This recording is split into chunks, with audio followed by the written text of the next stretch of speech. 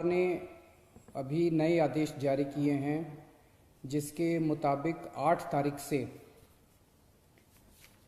देश भर में रेस्टोरेंट खोले जाएंगे, मॉल्स खोले जाएंगे और धार्मिक स्थान खोले जाएंगे।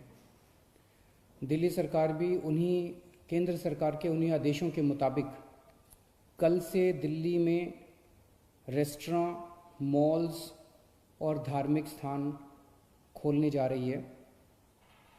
लेकिन जब ये खोले जाएंगे तो वहाँ पे सोशल डिस्टेंसिंग के क्या क्या स्टेप्स उठाने होंगे, मास्क पहनना होगा, जितने भी एहतियात बरतने के लिए केंद्र सरकार की एक्सपर्ट्स ने, केंद्र सरकार ने जो आदेश दिए हैं उन सारे स्टेप्स को दिल्ली सरकार लागू करने जा रही है और वो ऑर्डर अभी थोड़ी देर के बाद लागू हो जाएंगे। लेकिन दिल्ली में होटल्स और बैंकेट हॉल्स को अभी नहीं खोला जा रहा है क्योंकि दिल्ली में बढ़ते हुए कोरोना के केसेस को ध्यान में रखते हुए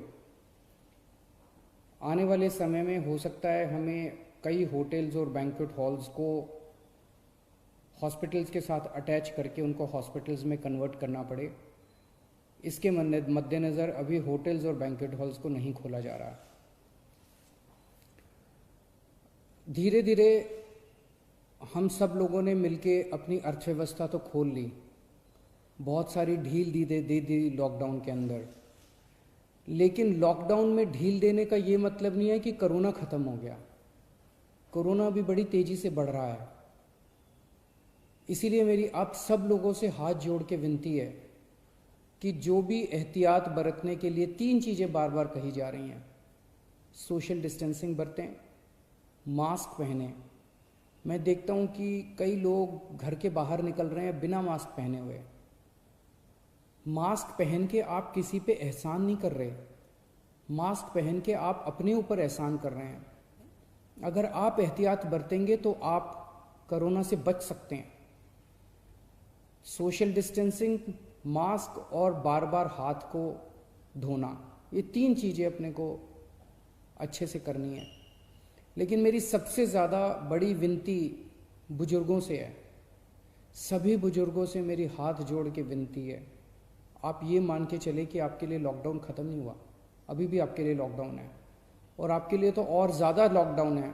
सख्ती से लॉकडाउन करना है। मान लीजिए आपके घर में आपके बच्चे हैं, थोड़े दिन के लिए बच्चों से इंटरेक्ट करना बंद कर दीजिए, अपने घर के अन्य सदस्यों से इंटरेक्ट करना बंद कर दीजिए, एक ही कमरे में रहिए।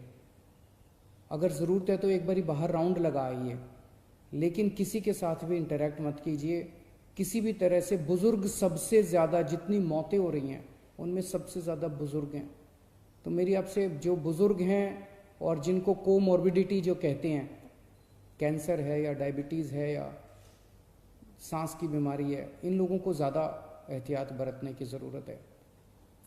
पिछले हफ्ते मैंने आप सब लोगों से एक और चीज़ है, कल से दिल्ली के बॉर्डर्स खोले जा रहे हैं।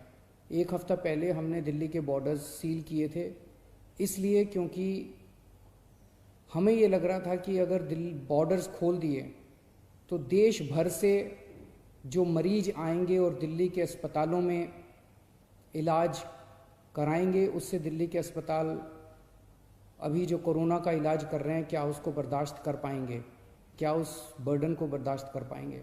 इस वजह से बॉर्डर्स को सील किया गया था। कल से दिल्ली के बॉर्डर्स को खोला जा रहा है। साथ ही अभी कैबिनेट की मीटिंग हुई और ये निर्णय लिया जा गया है कि पिछले हफ्ते हमने दिल्ली के लोगों से पूछा था, हमने दिल्ली के लोगों के सामने ये प्रश्न रखा था, हमने दिल्ली के लोगों से ये पूछा था कि अभी तक कोरोना होने तक, मार्च के महीने तक दिल्ली के सारे अस्पताल पूरे देश के लोगों के लिए खुले रहते थे। दिल्ली के लोगों ने कभी अपने देश के लोगों का इलाज करने से मना नहीं किया। किसी भी वक्त हमारे दिल्ली के सारे अस्पतालों में लगभग 60-70% मरीज दिल्ली के बाहर से, देश भर से लोग आए हुए होते थे। हमने कभी मना नहीं किया। लेकिन इस वक्त दिल्ली खुद बहुत बड़ी समस्या में है। दिल्ली में कोरोना के केस बहुत तेज़ी से बढ़ रहे हैं। और उसके इंतजाम करने के लिए दिल्ली सरकार, आपकी सरकार बेड्स का इंतजाम कर रही है, चारों तरफ अस्पतालों में बेड्स का इंतजाम कर रही है।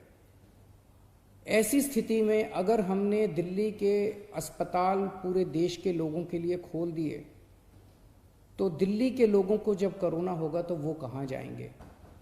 इस पे हम लोगों ने जनता से विचार मांगे थे। 7.5 लाख लोगों ने अपने सुझाव भेजे और 90% से ज़्यादा लोगों का यही कहना था कि कोरोना तक, जब तक कोरोना है दिल्ली में, तब तक दिल्ली के अस्पताल केवल दिल्ली वालों के लिए रिजर्व होने चाहिए। उसके बाद हम लोगों ने एक 5 डॉक्टर्स की कमेटी बनाई, बड़े बड़े डॉक्टर्स थे। Doctor Mahesh Verma vice chancellor हैं आईपी यूनिवर्सिटी के, doctor Sunil Kumar medical director हैं जीटीबी हॉस्पिटल के, डॉक्टर अरुण गुप्ता ये प्रेसिडेंट हैं दिल्ली मेडिकल काउंसिल के, डॉक्टर आरके गुप्ता ये एक्स प्रेसिडेंट हैं दिल्ली मेडिकल एसोसिएशन के, डॉक्टर संदीप बुद्धिराजा ये ग्रुप मेडिकल डायरेक्टर हैं मैक्स हेल्थ केयर के। इन 5 लोगों की कमेटी ने विचार विमर्श करके और दिल्ली की जो मेडिकल इंफ्रास्ट्रक्चर है, हेल्थ इंफ्रास्ट्रक्चर है, उस पर नज़र डाल के उसको सारे को एसेस करके उन्होंने अपनी रिपोर्ट दी है। और रिपोर्ट में और बहुत सारी चीज़ें हैं, लेकिन उनका ये कहना है कि अगर दिल्ली में इस वक्त कोरोना के केसेस बहुत ज़्यादा बढ़ रहे हैं और जून के अंत तक दिल्ली को लगभग 15,000 बेड्स की ज़रूरत होगी। ये कहाँ से आएंगे? तो इसीलिए उनका ये सुझाव है कि दिल्ली के सारे अस्पताल केवल दिल्ली के लोगों के लिए कुछ महीनों के लिए होने चाहिए और दिल्ली के अस्पतालों को पूरे देश के लोगों के लिए फ़िलहाल नहीं खोलना चाहिए। उन्होंने ये कहा है कि अगर सबके लिए खोल दिया तो 3 दिन के अंदर आज जो 9,000 बेड दिल्ली सरकार ने कोविड के पेशेंट्स के लिए रखे हैं, ये मात्र 3 दिन के अंदर भर जाएंगे। इन सारी चीज़ों पे आज कैबिनेट ने गौर किया। अभी थोड़ी देर पहले हमारी कैबिनेट की मीटिंग थी और कैबिनेट ने गौर करके ये निर्णय लिया है कि हमें एक संतुलन बनाने की ज़रूरत है। दिल्ली सरकार में 10,000 बेड है, केंद्र सरकार में भी 10,000 बेड है। तो एक तरफ कल से हम बॉर्डर्स खोल देते हैं। बॉर्डर्स को खोलने के बाद दिल्ली सरकार के जो 10,000 दिल्ली सरकार के जो अस्पताल हैं, वो अस्पताल केवल दिल्ली के लोगों के लिए रिजर्व होने चाहिए। केंद्र सरकार के जो अस्पताल हैं उसमें भी 10,000 बेड्स हैं, वहाँ पे कोई भी देश भर से आके अपना इलाज करा सके। उसके ऊपर दिल्ली सरकार कोई आदेश नहीं पारित कर रही, उसके ऊपर कोई तो जो जैसे आज व्यवस्था है कि केंद्र सरकार के अस्पतालों में कोई भी जाके इलाज कराता है, केंद्र सरकार के अस्पताल सबके लिए खुले रहेंगे। प्राइवेट अस्पताल केवल दिल्ली वालों के लिए रिजर्व रहेंगे कोरोना तक।